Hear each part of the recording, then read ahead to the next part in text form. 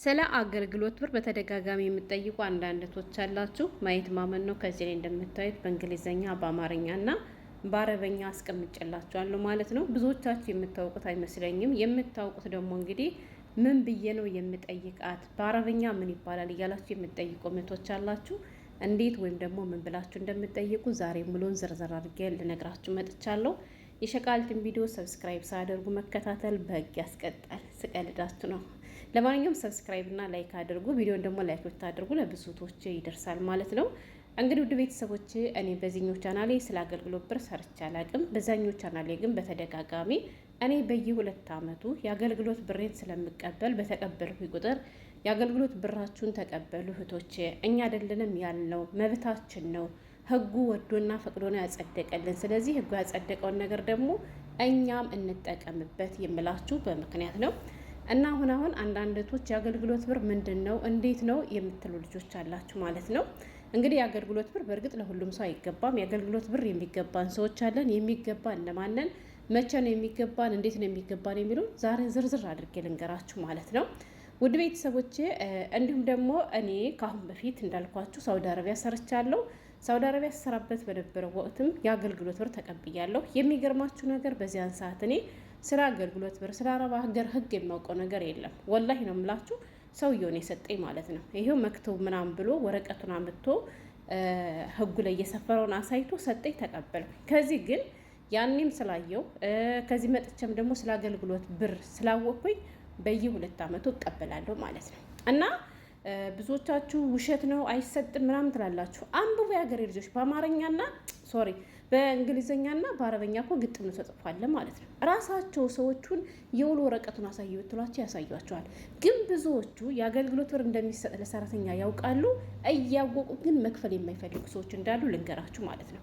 አንዳንዶቹ ደግሞ እንግዲህ እኔ ህጉን የማውቁም ሊሆኑ ይችላሉ።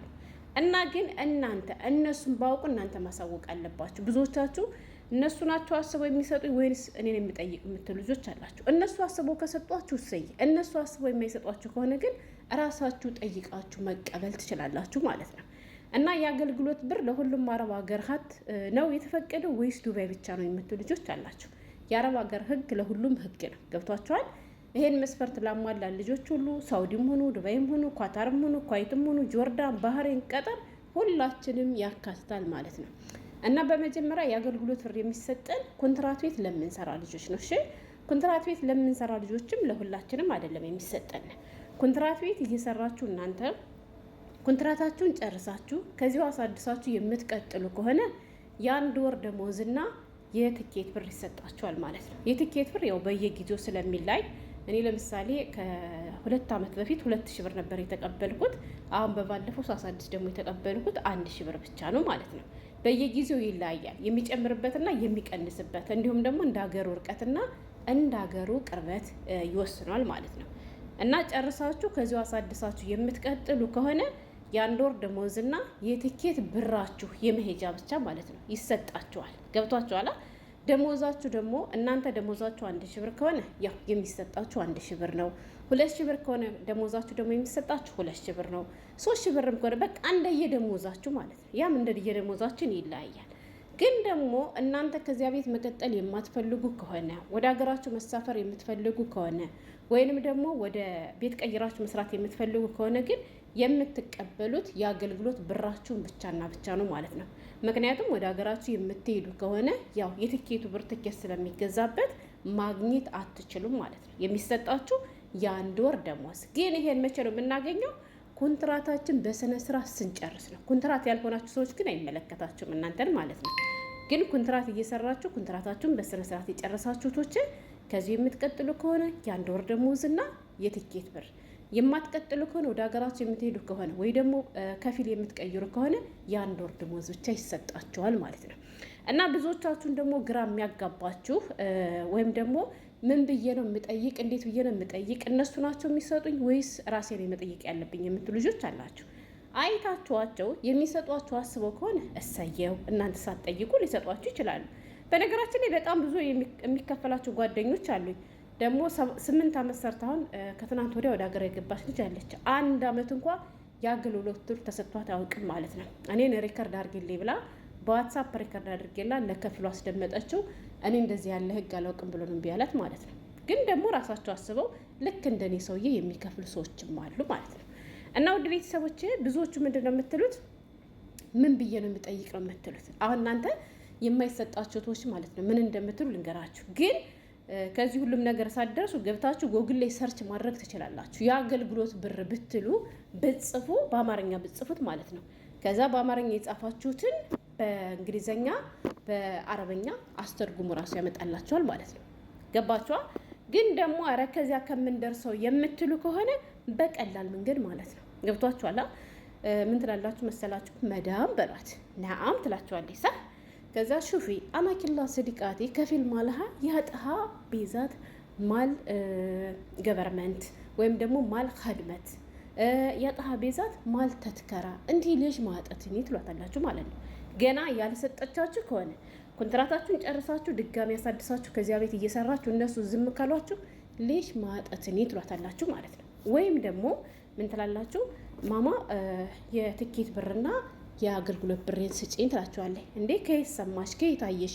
የትኛው ህግ ካለቻችሁ ደግሞ ታሌ ትሉና ጎግል ላይ ሰርች አድርጋችሁ አሳዩት ማለት ነው። ገባችሁ? ወይም ደግሞ አረ የኔ ጓደኞች እኮ ይቀበላሉ በሏት።